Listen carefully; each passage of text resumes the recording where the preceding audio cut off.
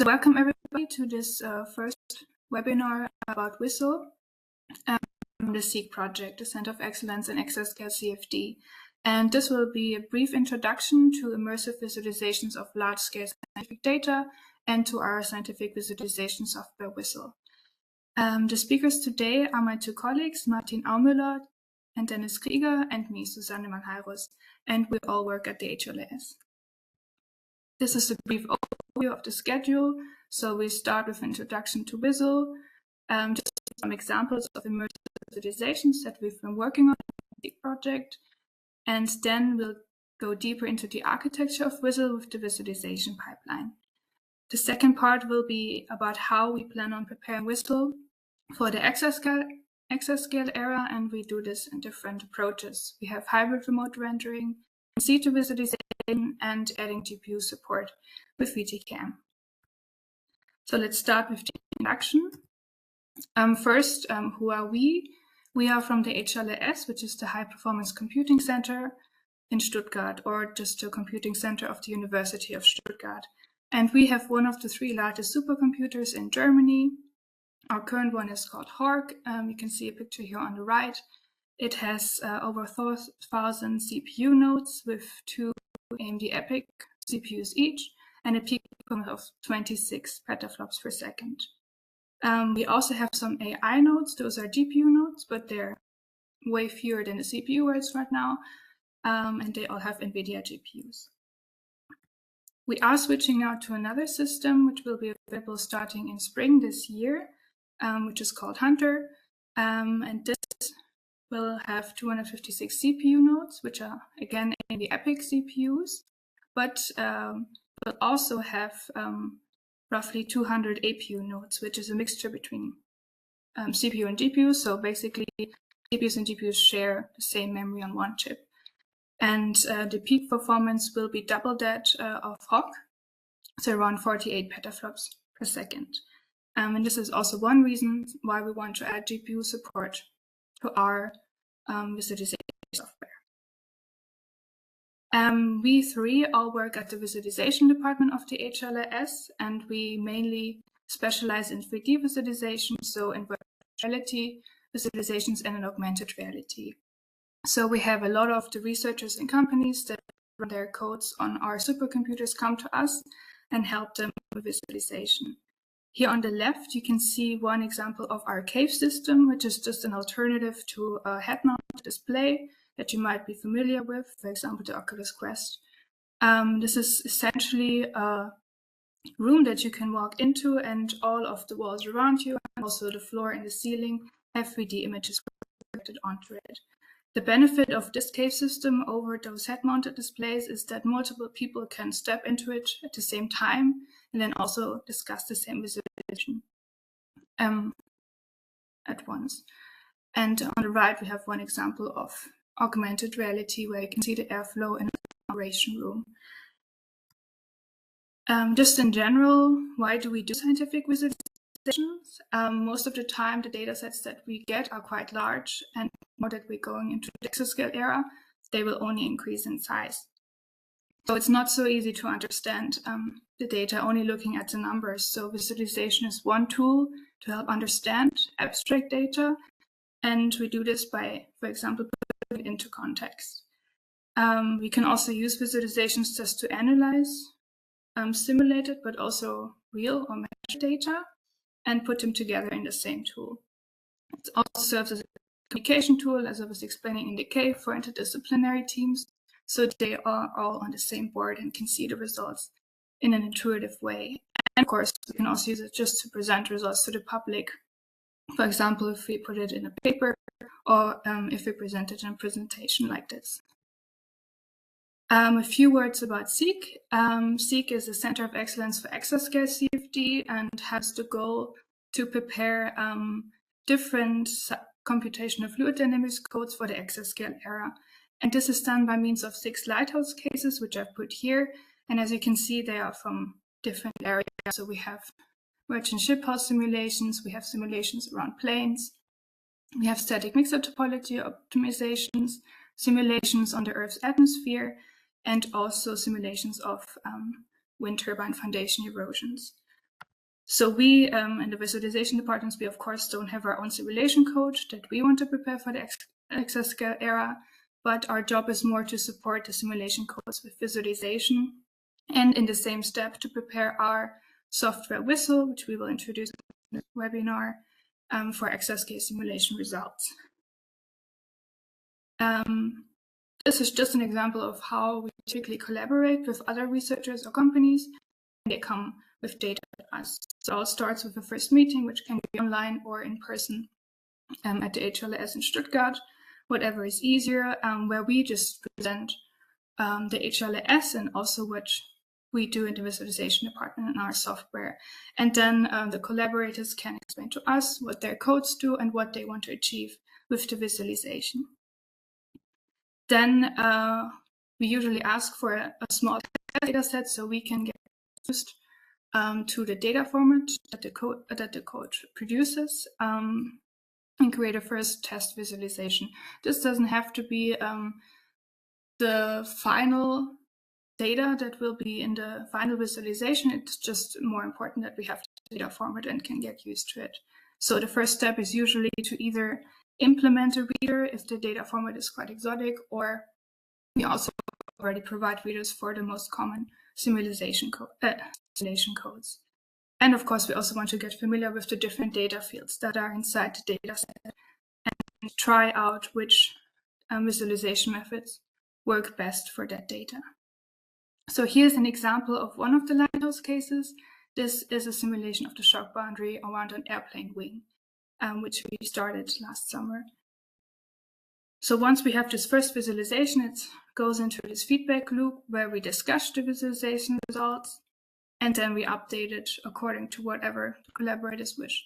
So this means either implementing custom algorithms, if we don't already provide these algorithms in Vistle, just adding context, so that's just 3D models, which helps make the visualization more understandable to people who are not as familiar with the field that is being simulated, or it can just mean to increase the data set and the data fields that we have.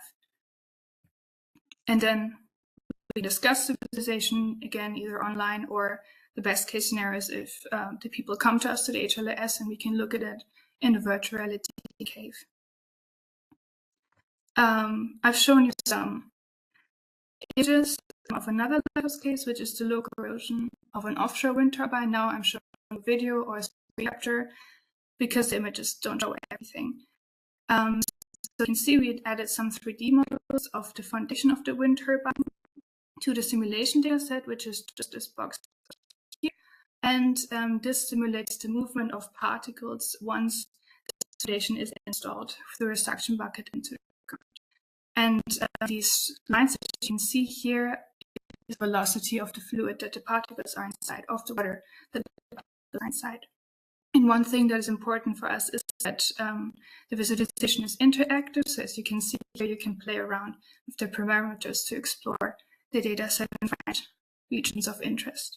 And of course, as I said before, you can use it to analyze your data. This can be done by mapping color to your data set, or to map it to different geometries. For example, for vector data, we usually go for these arrows or these streaming lines, which you can see in red. And this is one module that we implemented for this test case, which shows the overlap between the particles. I will talk about this later. Of course, one challenge with the exascale datasets is that the sets will be quite large. So we estimate about 100 terabytes per visualization. So we have to make adjustments to our visualization software to be able to handle this. But first, I'll hand over to my colleague Martin, who will explain a little bit about the architecture from Vistle. So let me start with describing which ideas went into Vistle when we started designing it. Here we have a common hardware configuration that should be present in many computing centers. Here on the left side, we have a huge compute cluster which produces the data. And on the right side, we have a small dedicated visualization system. Both of them are connected together. And we want to display all of the information that is generated on the huge system on the left, on the small system that we have on the right. And in our case, we also want to use interactive and virtual reality techniques for that. And like many tools for scientific visualization, also Vistle implements the visualization pipeline, where you start to process the data with acquisition. So you get the data either directly from the simulation that is currently running, or you read in data from files, and then you move on with filtering the data. And you process this data to geometric objects that you can render to pixel images that you finally display to the user. And the user can interact and control each one of these steps with feedback.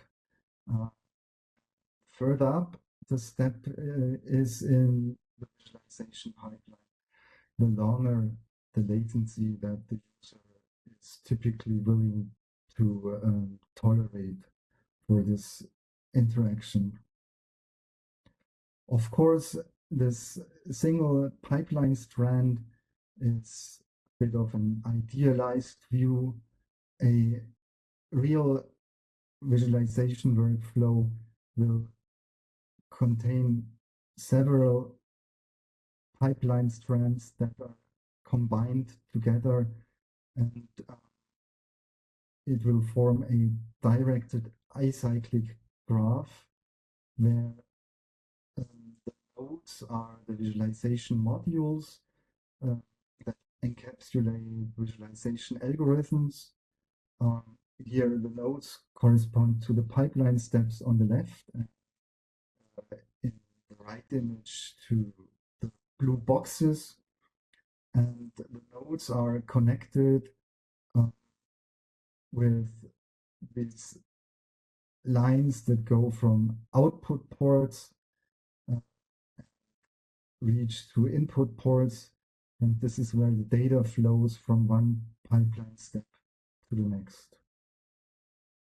And in order to implement that, we create an operating system process for every one of our modules in the visualization workflow, and all of them together, they are organized in a shared memory area so that the data flow can be realized by simply passing around shared memory handles from one module to the next instead of copying the data around.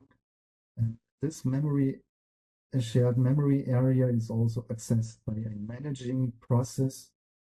And outside of this, we have a controlling hub where we also connect a user interface for controlling the visualization too.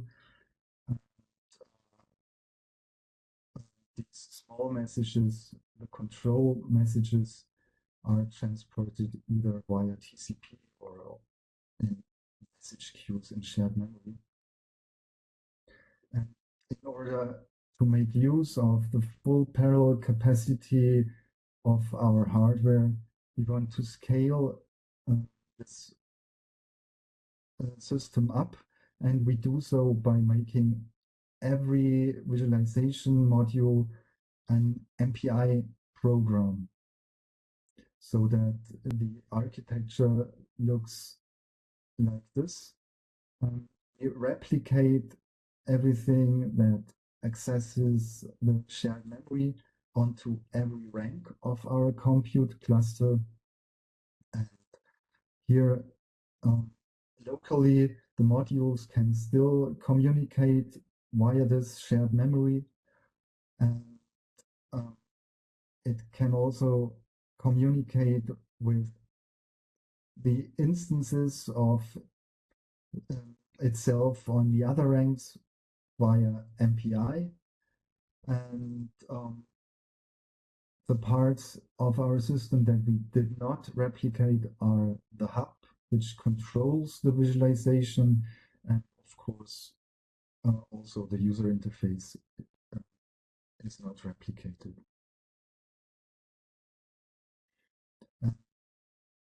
Yeah, this architecture we can put onto either the huge compute cluster or on the local rendering cluster. And now we have to think about how to connect those two together. And a possible approach for doing so is remote rendering. That means that you split up the visualization pipeline so that most of the pipeline still runs on the huge remote system up until the rendering of the images. And then you take the pixel images, send them over the network to your local system, and only the final step of displaying these pixel images to the user occurs locally. And with this approach, you have the advantage of being able to start the visualization right away without any delays for transferring huge data sets to your local system. And you can also calculate the amount of bandwidth that you need between local and remote system based on the size of the images that you want to transfer and the desired update frequency. But you also have a disadvantage, the increased latency from user input to image visibility compared to a purely local workflow. And this is especially bad for VR, where you want to react to head movements from the user immediately. In order to mitigate these problems, we implement a hybrid workflow where we try to move as much of the visualization to the local system. Thereby, we try to achieve a decoupling of interaction from remote rendering. Only the huge time-varying data is rendered on the remote system. So this is what you see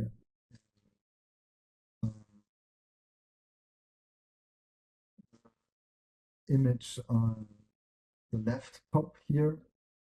And on the local system, we render the user interface together with context information for the visualization and also the interaction elements. And we combine the remote and the local image locally to a correct and complete image that we present to the user. And local rendering can run at a frame rate independent from the remote rendering. This combining of remote image on the right and local image on the left requires additional information for employing the depth compositing that we need here. In order to do so, we need also a distance of the object that generated the color from the viewer for every pixel that we receive from the remote system. So we need enhanced images that comprise color and this depth information. And based on this depth information, we can decide for every pixel in the final image whether we should copy the color from the image that was rendered locally or from the image that we received from the remote system. And if we enhance the system also to be able to transfer visualization objects, we gain a little bit more flexibility, and we can combine an image and object-based remote visualization workflow,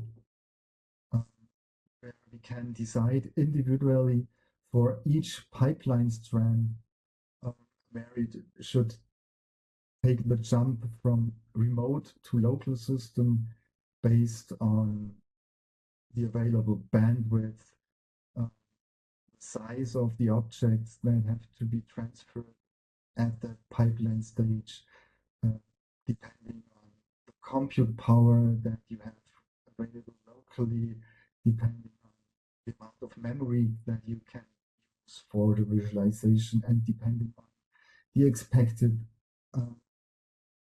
updates that you expect at this stage of the pipeline based on user feedback.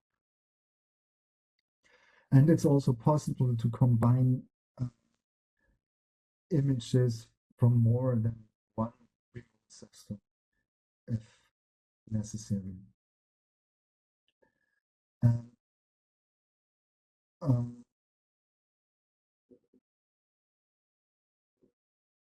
it's also possible, unfortunately, the animation did not play. It's also possible to make use of the additional depth data that we received for all the color pixels from the remote system to improve latency hiding a little bit by moving all the pixels that we received from remote back into 3D space based on the depth value. And when we have to display the image for a new vantage point for the user, we just render all the individual pixels that we received from remote from the new user vantage point, and then we get an image that updates fluently together with the Unfortunately, the video is stuttering through WebEx so hard that you can barely see a difference, but pity.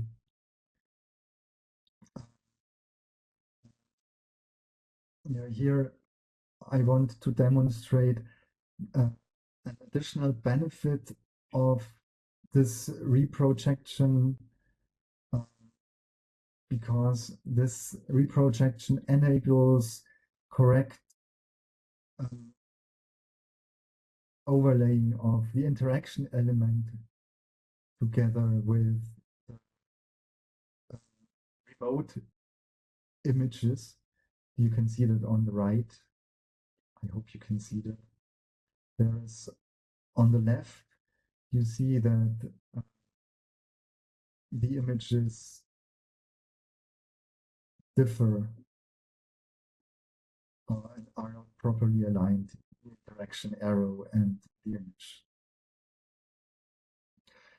Unfortunately, we have to deal with artifacts from this reprojection. Here on the left, we take individual points. We can hide some of those if we reproject a connected mesh of these points. And we can perhaps improve this a little bit if we leave out triangles from this mesh that have become very distorted. You see that here on the right, where you see holes appear in instead of these areas become very meshed in the image. Also, reprojecting small details does not work so well, neither when reprojecting as points, nor when reprojecting as connected as a connected mesh. But we can choose to transfer the objects for these detailed objects and render these objects locally. And on the right, you see that together with reprojection, where the remote image aligns correctly with the local rendering. Now I want to hand over to Dennis, who tells us how we put that into use for in situ visualization. Yes, hello. So in situ visualization is visualization while the simulation data is still in memory from the running simulation. And the main benefit is that it can reduce the I/O, the same as the remote rendering makes the bandwidth dependent on the image size only. This also makes the I/O bandwidth limited by the image resolution, or like a video resolution when you consider time steps. And this can be way smaller than storing the whole data set for multiple iterations. And another benefit that results from this is that it allows you simulation monitoring, because you see the simulation data right when it's occurring, and you can use that information to also steer the simulation. For example, when you see that it is not converging as you expected, you can change some parameters and restart the simulation. And a minor benefit is that you can also use that for debugging new simulation codes, because it makes it easy to look directly inside the results when they are produced. So next slide, please. And this is achieved by either a simulation could implement all this functionality in their code, or an analysis tool could implement a simulation in their code. But both options are not really practical, because it is a lot of effort to do so, and the results are restricted to the tools that you implement. And this can be solved by adding a middle layer between simulation and analysis tools like Vistle. And there are some available that we implemented. One is Libsim. This is a tool made specifically for the visualization tool Visit, but we basically modified Vistle so that it presents itself as a visit for Libsim instrumented simulations. So it's a little bit hacky way of doing things, but it worked out. And then there are Sensei and Catalyst, which are in interfaces that are specifically made to couple arbitrary simulations with arbitrary analysis tools. Sensei does this through converting all the data to VTK, and Catalyst too does it by providing data array pointers and a mesh blueprint description of the meshes and the data sets. And these interfaces also allow data flow in both directions, so the simulation can present the data that it generates to analysis tools, and the analysis tools can send basic commands, or also meshes back to the simulation. And then next slide, please. And then, as Susanne and Martin already mentioned, our focus is on doing interactive immersive visualizations. And therefore, for Vistle, we already implemented the coupling to instrumented simulations through the interfaces that I mentioned. And now we want to do interactive visualization. So in most of the in situ applications, static visualization pipeline is executed for every iteration of the simulation. But for Vistle, it is possible to change the viewpoint, for example, and also the parameters of all the modules in the visualization pipeline dynamically during the simulation run. And you can also use the architecture of Vistle to perform in situ or in transit workflows, coupled, for example, with the remote rendering that Martin just presented to fit the in situ visualization to your needs. So you can, for example, just receive the data on the simulation cluster and then send it directly to a visualization cluster, or you can generate some geometries on the simulation cluster as well and send them, or you just send rendered images to your visualization device. So you have all these options available with Vistle. And then the next thing is that sending commands is possible for now for basic Boolean events or string events, like a restart, or you could send an input file to the simulation. But for these more advanced commands, the simulation has to implement the logic to do something with it, basically. And so that means a more coupled development process between simulation and the specific backend. And then for the future, what you want to experiment with is also to do more specialized simulation parameterization, which utilizes our 3D interactors that we already have to, for example, change bounding conditions or refine a grid and then send this new data back to the simulation and starting the new iterations from there. But that's part of the future work. Yeah, that's what we've done with in situ visualization. Okay, so welcome to the last part of the presentation, and I'll just tell you what we did so far to add GPU support to Vistle. So this is still work in progress that we're working on mainly in the CEEC project.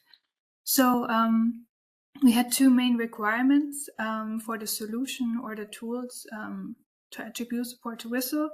The first one is we wanted to be able to support GPUs from different vendors. That's because nowadays in HPC there's a trend for heterogeneous systems, but also the GPUs are not all only from NVIDIA anymore. We have more vendors like AMD and Intel who are starting to also produce GPUs, and these are already being used in the supercomputers on the top 500 list. So we wanted it to be portable, also because we are now switching ourselves from NVIDIA to AMD hardware in our computing center.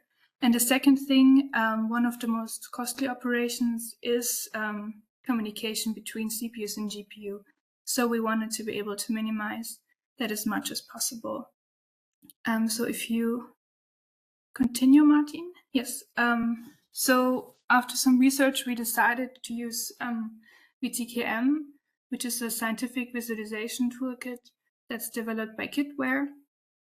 And we chose them mainly because they also provide portability through so-called device adapters. So out of the box, VTKM comes with CUDA and Cocos support, which already covers quite a lot of vendors. But it also allows you to write your own custom device adapters. So essentially, a device adapter allows you to run the same algorithm, so the same code, on different hardware. VTKM also has the goal to minimize data transfers between devices. So they also want to achieve zero copy communications, which aligns quite well with our goals.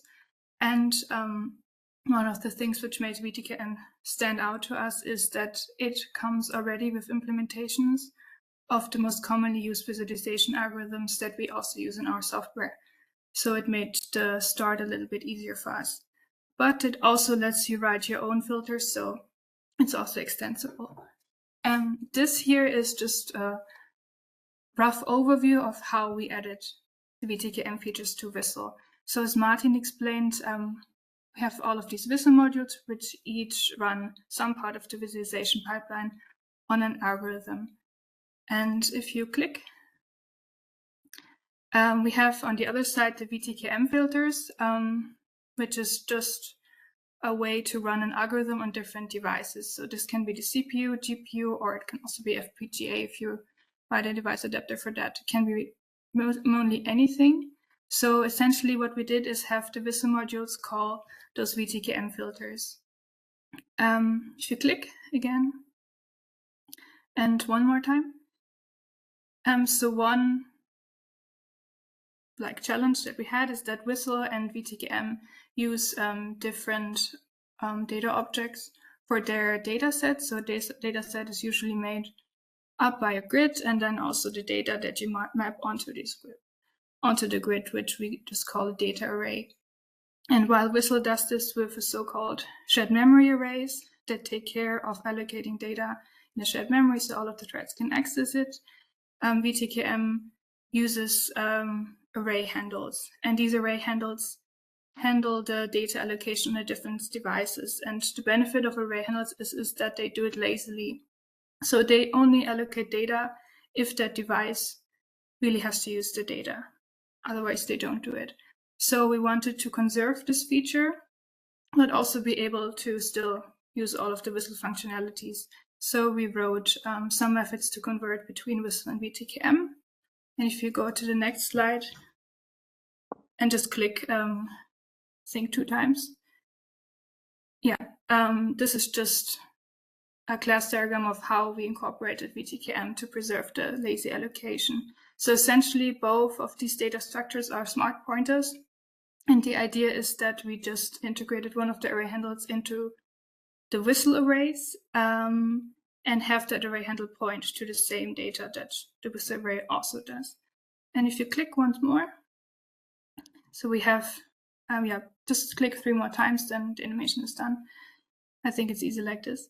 We have first the M data, which is the pointer to the shared memory from Vistle. And what we added is just an array handle M handle, which is an array handle pointing to the same data. And then we had to consider 2 cases. First, we did something in Vistle and now want to use the result as the input to a VTKM filter. So we want to use the result for some algorithm on the GPU. And in these cases, we have the handle function, which just returns the M handle. So if it's not already exists, it creates an array handle that is pointing to M data. And if it has already been initialized, then it just passes it to the VTKM filter. The other cases, once the algorithm has run on the GPU, we want that result to be able to be used in the rest of the visualization pipeline, so in the rest of Vistle.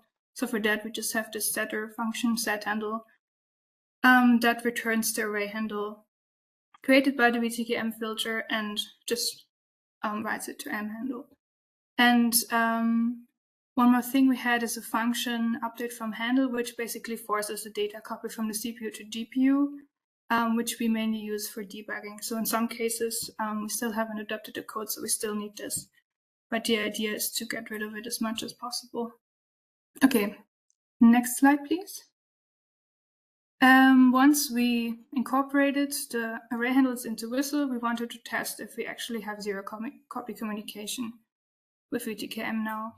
So we did 3 test cases that we just run on a normal consumer laptop with NVIDIA GPU, because that's what we had on hand.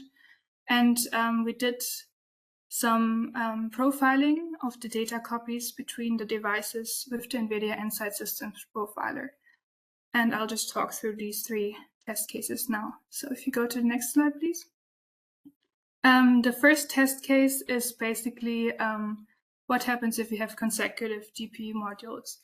On the left, you can see the Vistle workflow that we used for the test. The first module, GenDat, just produces like a test data set. It doesn't have any meaning. It's just, so you can see here on the picture, basically a box of data points and random data, scalar data that is mapped onto it. And the next one is the isosurface module, which creates an isosurface. An isosurface is basically means that each point on the surface has the same value, and we just randomly chose the value 1.1 for that, and that results in this middle picture here.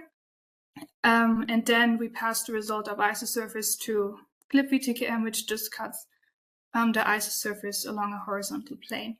And cover is the renderer, which is used to produce like an image that you can then display either on the desktop or in virtual reality. Just one more note, isosurface and clip-VTKM have been ported to the GPU, so those algorithms are running on the GPU now, while GenDat and cover are still running on the CPU. And then here on the right, you can see how the profiling output looks. And then if you click, we have these. So the most important line is this CUDA hardware, which tells you about when a CUDA kernel is being run, so when an algorithm is being run on the GPU, and that is shown in blue. And then we also have the data copies from the CPU to the GPU, which is shown here in green. And finally, we can also see the data copies the other way around, so from the GPU to the CPU in purple. And the profiler also creates one row for each thread that is being run. So essentially in Vistle, this means for each module that is being run. So this is isosurface. If you click again, this is clip-VTKM, and the last one is cover. And this allows us to associate like the data transfers to the different threads. And what we want to see is that we only copy data somewhere when it's necessary. So we can see that here all of the data copies are being done in isosurface, which is the first Vistle module that's being run. So the first module that is using the data produced by GenDat. And we can also see in blue that some kernels are being run as well here. Then we can see that the second GPU module, the clip module, only does kernel calls. So only runs algorithms on the data, but does not do any data copies. And finally, if you click once more, we can see that there are some data copies from the CPU to the GPU again, but that is only because cover is being run on the CPU. So essentially, this is what we wanted to see for the case of consecutive GPU modules, which is something you see in any Vistle workflow. And then if you go to the next slide, this is the second test case. Basically, we are rerunning the same GPU module, but with different parameters. And we wanted to test this because for us, interactivity is quite important. As I've shown you in the video, and as my colleagues have also talked about. So what we did in this test case is, again, we produced some random test data with GenDat and then cut it once on a vertical, across a vertical line, and then basically did the same on a horizontal plane. And then this is the profiler output. If you click again, we can see that, again, like in the first test case, all of the data copies from the CPU to the GPU are being done in the first iteration of the clip module. Here, this is just me changing the parameter manually. That's why it takes a little bit of time. And then the final, if you click once more, this is the second iteration of the clip module where I changed the clipping plane, essentially. And here, again, we see that we only have kernel calls here. So that's what we wanted to see. And then the final case is having two GPU models running in parallel. And we did that by running isosurface and clip-VTKM at the same time.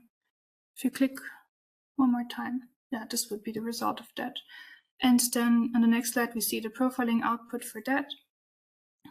So if you keep clicking exactly, this line is isosurface, and if you click again, This is the thread that's doing the clipping.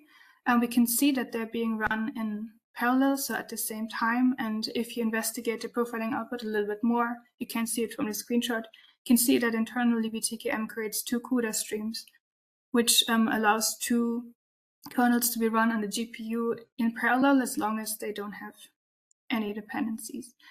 And you can see that if you go back, 2 times. Yes, we can see that the data copying is done at the beginning, actually by both modules. So they share the work here, but they only copy the test dataset once to the GPU. And then once the data is copied to the GPU, if you click again, you can see that the kernels are being run the same time. And if you click once more, we have again those small data copies from the CPU to the GPU in cover. But yeah, the zero communication has been fulfilled. So we were quite happy with these results, even though there's still some, well, one of the GPU kernels is running, the other one is waiting. Sometimes we still have to optimize that, but for now we're happy with these results. And then if you go to the next slide, I just wanted to also show, like, once we've done these tests, we have started implementing our own VTKM filters. So both the isosurface algorithm and the clipping algorithm have been provided by VTKM, and we just used their solution. But now we wanted to see how much work it would be to write our own modules. And we did this by writing a module that we didn't have before because it was designed by one of the Lighthouse case owners. And essentially what they wanted to do is to be able to create a contact force network. So this is again the example I showed you in the video that looks at the movement of the particles while a wind turbine is being installed. And on the left, you can see that the particles are being symbolized by spheres. And what they wanted to have is this contact force network. And how you do this is by basically calculating how much one of the spheres is overlapping with another sphere. And then if they overlap, you draw a line between them. And then the thickness of that line is basically the ratio of how much they overlap. And if you multiply this with a constant, you will get the contact force. Yeah, next slide. So just really briefly, the algorithm, basically, in a naive way, you just, for all pairs, check if the sum of the radii is smaller than the distance. See if they overlap or not. And then if you want to optimize this a little bit more, you can use something called the cell list algorithm. So essentially, this is not a 2D case, but if you have all of these particles here, you first divide the domain into cells. So if you click once more, there's also an animation for that. And then if you click again, you basically go through each of those spheres. And if you click again, you only check for overlap in the cell in the cell that the particle is in, and also in the surrounding cells, but not in the others. So this way you don't do unnecessary checks of particles that cannot be overlapping at all. So this is the algorithm, and we implemented this once for CPU and once for GPU. And if you go to the next slide, we also did some benchmarking. So we looked at 3 different cases. The best case is if each of the particles is in their own cell. That means basically you only have to check the neighbors, and all of these neighbors are overlapping. And then the more particles are in the same cell, so the worst case would be that all of the particles are in the same search grid cell, the worse your performance is, because then you have all of the overhead with creating the cell list and everything, and are basically still doing the naive case. We didn't test the worst case, but we did some intermediate cases, which we call dense and sparse, and which looked a little bit like the images here. And you can see that for each of these cases, the GPU version is faster than the CPU, and we have speed ups between 1.5 and 3.8 roughly. So this is all without us optimizing the GPU algorithm at all. We basically just implemented in the CPU version, but in a VTKM filter. and we still got the speed up, so we're quite happy with VTKM so far. If we go to the next slide, I just wanted to say what our next steps would be. So we want to port all suitable modules to GPU, so that's all computationally intensive modules to the GPU. And we also want, of course, to keep comparing the CPU and GPU performance to see if we actually gain a benefit or not. And if we don't gain a benefit, of course, have to do some profiling to see where the bottlenecks are and improve the algorithms. And so one aspect was the zero copy communication, which we're happy with so far, but we didn't try the portability promise of VTKM. So we also want to run the GPU models on hardware from different vendors. For example, the AMD hardware that we will have in Hunter. And then if you go to the final slide, it's just a summary of what we've learned. So we are developing the scientific visualization software Vistle, which is used for scalable three-dimensional visualization, mainly in virtual and augmented reality. And we have already the hybrid remote rendering feature and are working on in situ visualization to allow large-scale visualizations, but we want to improve on that by porting to the GPU. And so far, VTKM keeps data copies between devices minimal, based on a CUDA hardware, and we've seen that for one example, the GPU model is faster than the CPU. So we think it's quite promising so far.